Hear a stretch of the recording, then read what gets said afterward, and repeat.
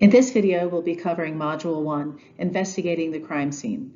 The information in this presentation comes from Chapter 1 of Criminalistics, Forensic Science, Crime, and Terrorism by James E. Gerard, 2nd edition. There are 6 learning outcomes from this module, and they're all listed here. We'll start with the JonBenet Ramsey murder. Back in 1996, a little girl, JonBenet Ramsey, was murdered in her home. Her parents had gone to a Christmas party one night, got home around 9:30, and awoke the next morning to find a ransom note on the stairwell. That note demanded a $118,000 ransom. It stated that their daughter had been kidnapped. So they called the police. The police arrived a little while later, and the police focused on the ransom note.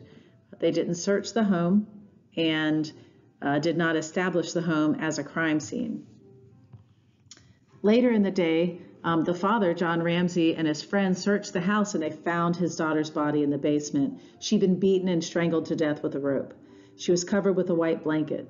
So John removed the blanket and he carried her body upstairs. The physical evidence that investigators later collected in this case indicated that she could have been murdered by a family member, or she could have been murdered by someone outside the home. There were 2 different sets of boots. There were fibers from the rope. There was DNA evidence found with this case, but they never solved the case, and to this day it still remains unsolved. What mistakes were made in this case? Well, as we said earlier, the police did not treat the home as a crime scene.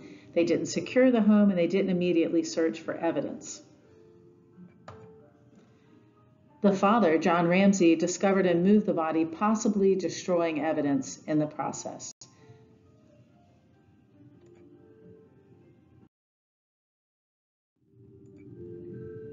So from this, we find that forensic science begins at the crime scene. Failure to properly secure the crime scene can cause evidence to be destroyed and jeopardize a case.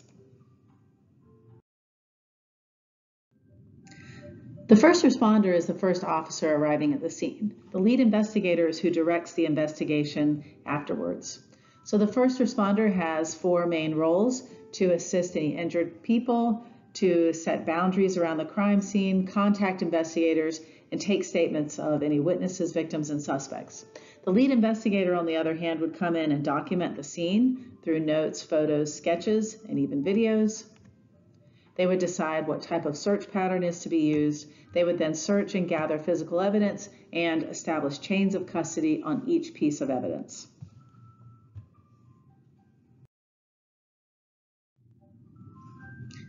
Challenge number 1. We have a case here where a man is walking his dog at dusk. The dog begins to bark and runs into bushes along the road. The man chases after his dog and discovers the dog is barking at a dead body in the bushes. It is midsummer. The temperature is around 78 degrees. It's sunny, but heavy rain is predicted for the next day. So the man calls 911, reports his findings. He investigates the body and finds that the victim was bleeding from his chest. After 10 minutes, the police begin to interview the man. What would be the responsibilities of this first responding police officer? This officer would need to assist the injured, set boundaries, and secure the crime scene, call investigators, and take statements of any witnesses.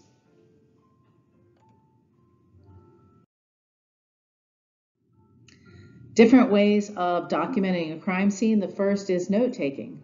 What is the purpose of note-taking? It provides key information about the crime scene for later recall. What should the lead investigator keep in mind while taking crime scene notes? And how does this compare to scientific record keeping? Well, there are a lot of parallels between the two. Both are going to be creating a permanent record. Therefore, notes need to be taken in a bound notebook, and ink and not pencil needs to be used, again, so that it's a permanent record. All information should be logged in chronological order.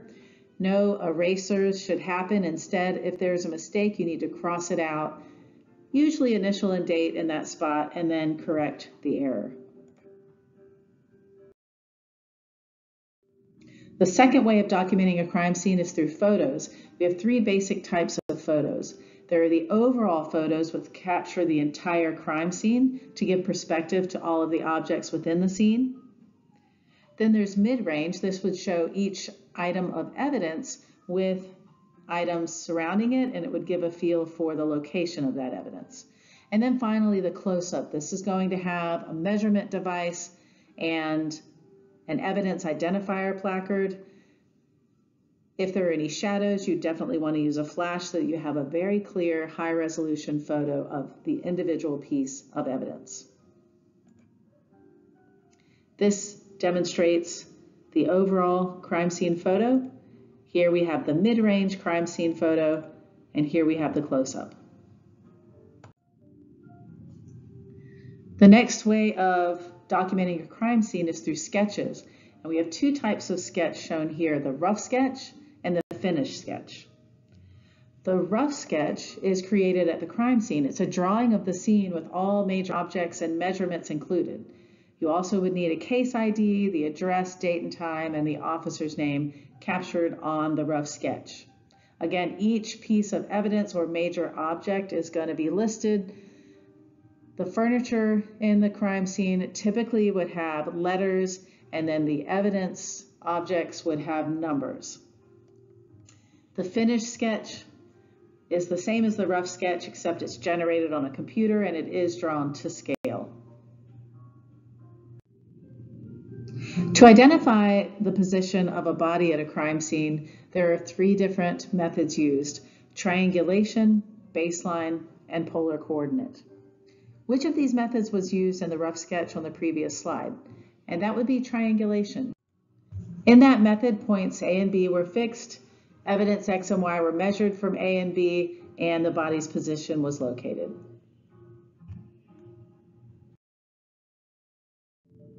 Video cameras are sometimes used to document the investigation and evidence collection process. The audio track serves as a running narrative that allows forensic scientists to better understand the scene later. Review.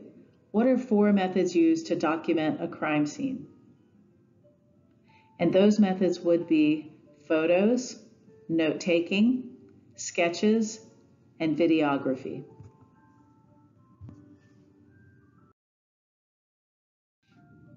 Physical evidence is any object or material associated with the crime scene, victim, and/or suspect. So physical evidence is not only found at the crime scene, but could be found anywhere associated with the victim or suspect. Certain factors need to be considered in processing the scene, such as the nature of the crime and the evidence expected. So if there was a stabbing, then evidence expected would be a knife. Also, collecting too many objects could slow the process of physical evidence evaluation. Collecting not enough evidence or missing key evidence could jeopardize the case. So those factors do need to be considered in processing the scene for evidence. There are some common search patterns that are used depending on where the crime took place. So if you have a crime scene with no physical boundaries, then a spiral search pattern might be utilized. And it's going to look something like that. If we have a large outdoor crime scene, a good search method would be the grid method, and that's going to look something like this. Outdoor crime scenes where a coordinator arranges many search, that's where a stripper line search is going to be very convenient, and you're literally just searching in parallel lines. And if we have an indoor crime scene where different teams are investigating different areas of the space, then a really good method of search would be the zone or quadrant search, which looks like this.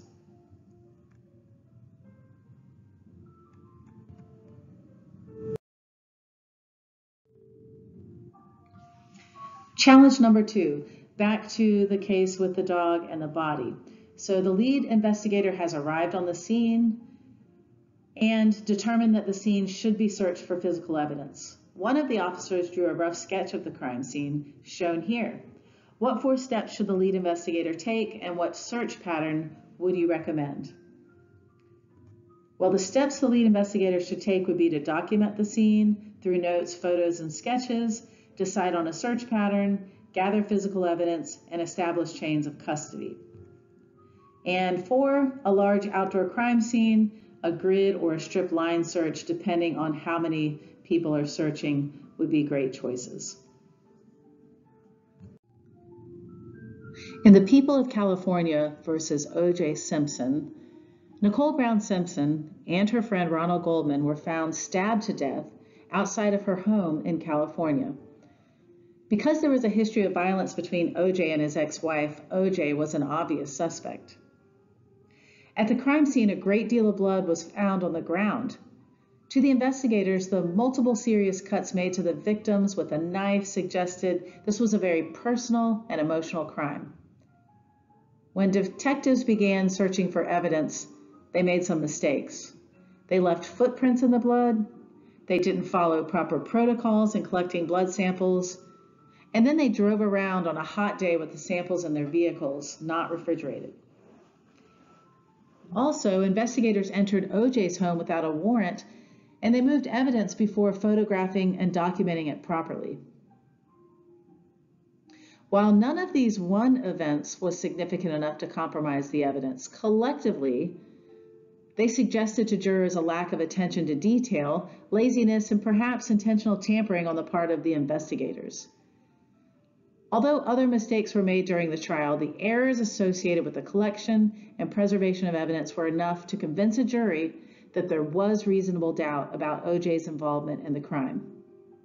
Even though the DNA of O.J. was found at the crime scene, and records show that he had purchased a knife consistent with the wounds inflicted on Nicole, the errors that were made during the evidence collection were too great for jurors to overcome.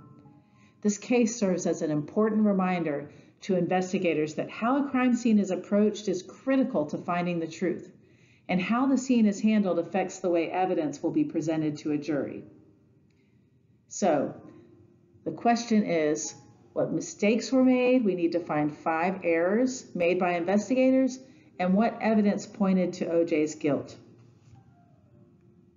As mentioned in the story, the 5 evidence were the detective's footprints in the blood, no protocol for collecting the blood samples left in the hot car, the warrantless search of O.J.'s home, and the evidence was moved at his home before photos were taken. Evidence pointing to O.J.'s guilt were that his DNA was found at the crime scene, that O.J. purchased a knife matching the wounds, and there was a history of violence between O.J. and his ex-wife.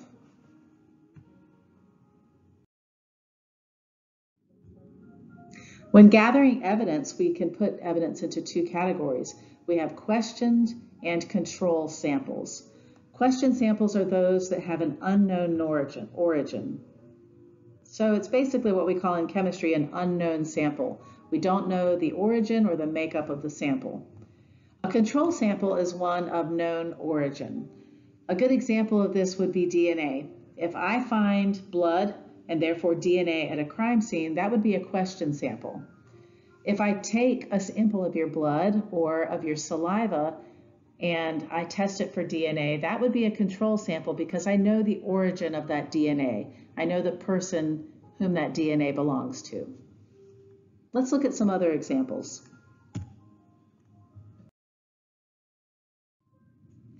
A suspect's saliva sample compared to that of a semen sample from a rape victim for DNA analysis. And we're looking specifically at the suspect's saliva sample. That would be a controlled sample because we know the source of that saliva. What about a fingerprint lifted with tape at the crime scene? Since we don't know the owner of that fingerprint, that's going to be a question sample. On the other hand, a fingerprint from a computer database that we use to compare to the print from the scene, we know the source of that fingerprint in the database, therefore it's a control sample.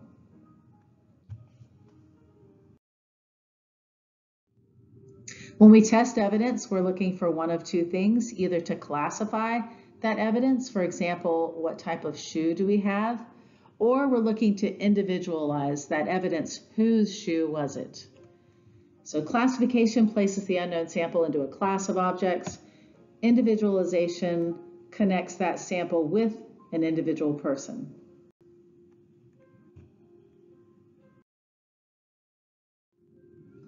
If we had a sample of red liquid found at the crime scene, we test it with luminol and find that it's blood.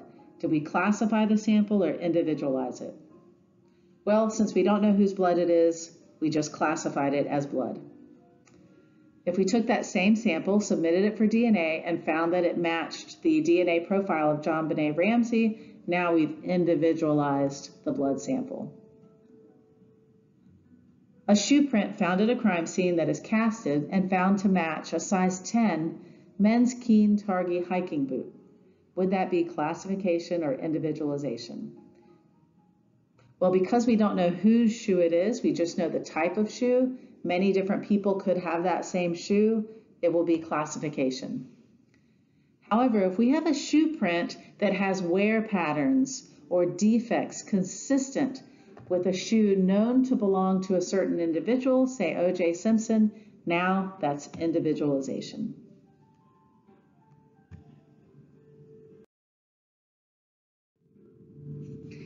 We mentioned earlier that when investigators are gathering physical evidence, it's important to know what types of evidence to expect depending on the crime committed.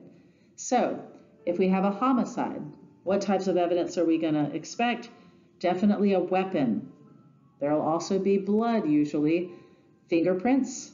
Fingerprints are pretty much associated with any crime where people are involved. And then wounds, again, to try to establish and remodel exactly what happened during the homicide. Arson, the deliberate setting of fire. What type of evidence will we expect there? Well, arson is usually associated with an accelerant, so fumes from an accelerant would be there. Burning patterns are going to tell us the origin of the fire and how the fire spread. And then an ignition device. So if it was arson, we would expect to find something to ignite the fire.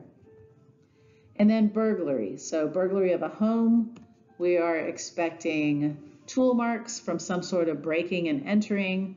Fingerprints, anytime people are involved, they will leave fingerprints. Shoe prints, if there was breaking and entering and the suspect was outside in the dirt or mud or grass, there may be shoe prints to collect.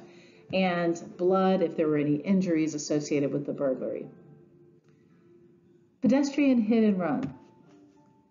So now we're talking about a vehicle being involved. We're going to look for tire marks to try to identify the type of vehicle, the speed and trajectory at which it was traveling. Indentions on the vehicle consistent with the victim.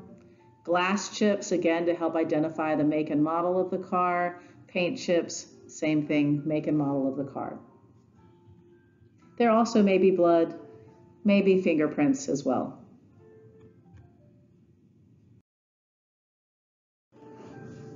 Let's try to place the evidence from the previous page into each of these categories: pattern impression, chemical, biological, and trace. Start with the homicide. So we had blood, weapon, fingerprints, and wounds. Blood would be biological evidence. Weapon, so the weapon might have some blood on it, in which case it would be biological evidence, but the weapon also could be categorized as pattern or impression evidence. The fingerprint and wounds, also pattern and impression evidence. From the arson, we had burning patterns. That's, of course, going to be pattern and impression evidence. The residue and fumes, so we mentioned accelerants. Those are chemical compounds that will ignite a fire, and so that would be chemical evidence. And then we had the ignition device. So that could be categorized as pattern impression or as trace, depending on the size and what we're looking for on that ignition device. From the burglary, there were shoe prints and fingerprints and tool marks. All of those are pattern and impression evidence. And then there was blood, also biological evidence. From the pedestrian hit and run, we had tire marks. Those are going to be impression evidence. We also had indentions. Those are impression evidence. The paint chips and glass chips, typically categorized as trace evidence because, again, those are small items. The trace evidence are things that we're going to look at under a microscope. So all of these items we could definitely examine under a microscope. Depending on the evidence that we're collecting, we are going to have different types of packaging to preserve that evidence.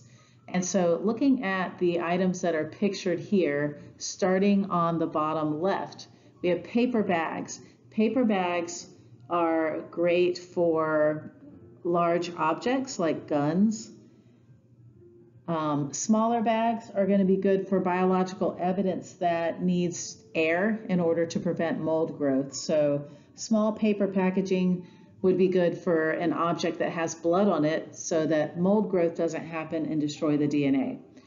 In the upper left, we have swabs. Those are going to be for collecting biological evidence. Oftentimes, they'll have a preservative in them that will keep the material from degrading. In the middle on the bottom, we have cans. And they're sealed cans, and they also have a septum cap on the top. So a septum is a rubber seal that allows us to sample through it with a syringe. And those metal cans with the septum caps are going to be used for residue from an arson case where there are chemicals that are volatile, they can evaporate easily, and we need them to be preserved by preventing the evaporation. On the top in the middle, we have some fingerprint powder with a brush, and that can be preserved by lifting with tape or by taking a photograph. On the right, we have plastic bags and glass containers. Those will be useful for small items, trace evidence, documents, any object that does need to be sealed and that does not need to have the free flow of air to prevent mold growth.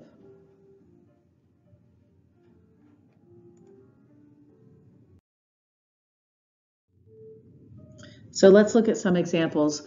When the following evidence is found, how should it be collected and packaged? If we have wet blood, we are going to swab and place it in a paper bag or swab and place it with a preservative in a sealed container. If we have dried blood, that can be transported on whatever item it's dried on in a paper bag. Paint chips, being small, can be collected in a small plastic bag, a small envelope, or even a small glass jar. The accelerant material from an arson case we mentioned needs to be in a sealed, airtight container, such as the metal can. Carpet from an arson scene, same thing, because it could have accelerant embedded in the carpet. We're going to keep that in a sealed metal can. Firearms, make sure that you render them safe, and then they can be placed in a paper bag or a cardboard box. And impression evidence often is photographed, and then the entire item would be removed, or we could create a mold. For shoe prints, we often use plaster of Paris or dental mold in order to create that mold.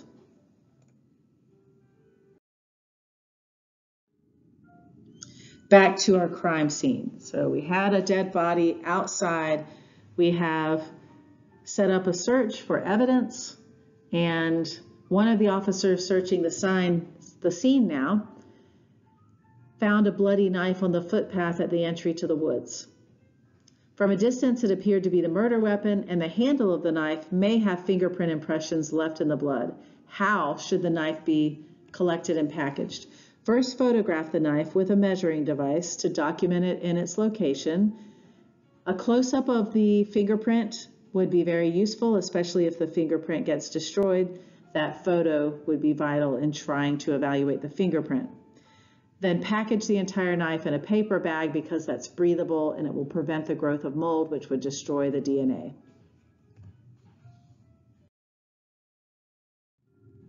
For each piece of evidence collected, a chain of custody must be established.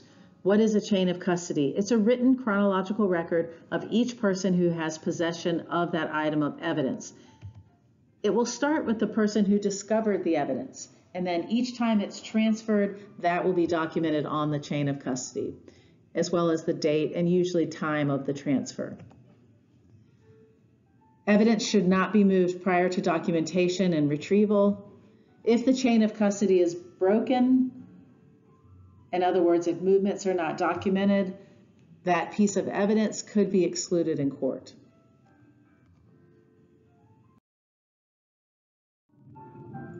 The search of all evidence must be done in accordance with the Fourth Amendment. And the Fourth Amendment states that the right of the people to be secure in their persons, houses, papers, and effects against unreasonable searches and seizures shall not be violated, and no warrant shall issue but upon probable cause, supported by oath or affirmation, and particularly describing the place to be searched and the persons or things to be seized. In ordinary English, the Fourth Amendment means that a law enforcement officer, before he or she can collect evidence at a crime scene, must obtain a search warrant by demonstrating probable cause to believe criminal activity occurred, describing place, persons, and things to be searched. If evidence is collected without a search warrant, it can be excluded from court. And the majority of searches, though, are going to occur without a warrant because there are many exceptions to the Fourth Amendment. Some of those exceptions are listed here. They include U.S. border searches, individual content searches, searches with arrests, any items that are in plain view or open area, vehicle searches, and emergencies. So in all of these cases, a search warrant is not needed. In every other case, in searching for physical evidence, a search warrant must be obtained. Read the case study shown here. As you're reading, try to find 3 mistakes that were made in the chain of custody for evidence in this case. Pause your video, and when you're finished, restart. The first mistake was that investigators divided the stolen goods without noting the source of those goods. They broke the chain of custody there. The second mistake was they pulled those goods back together without documenting the location and the context for each of the items of evidence.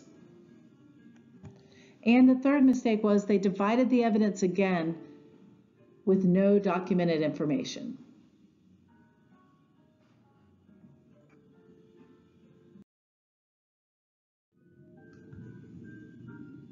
From this module, we have learned the collection and preservation of evidence are essential for a successful criminal investigation. We also saw that careful steps must be taken to document and search a crime scene.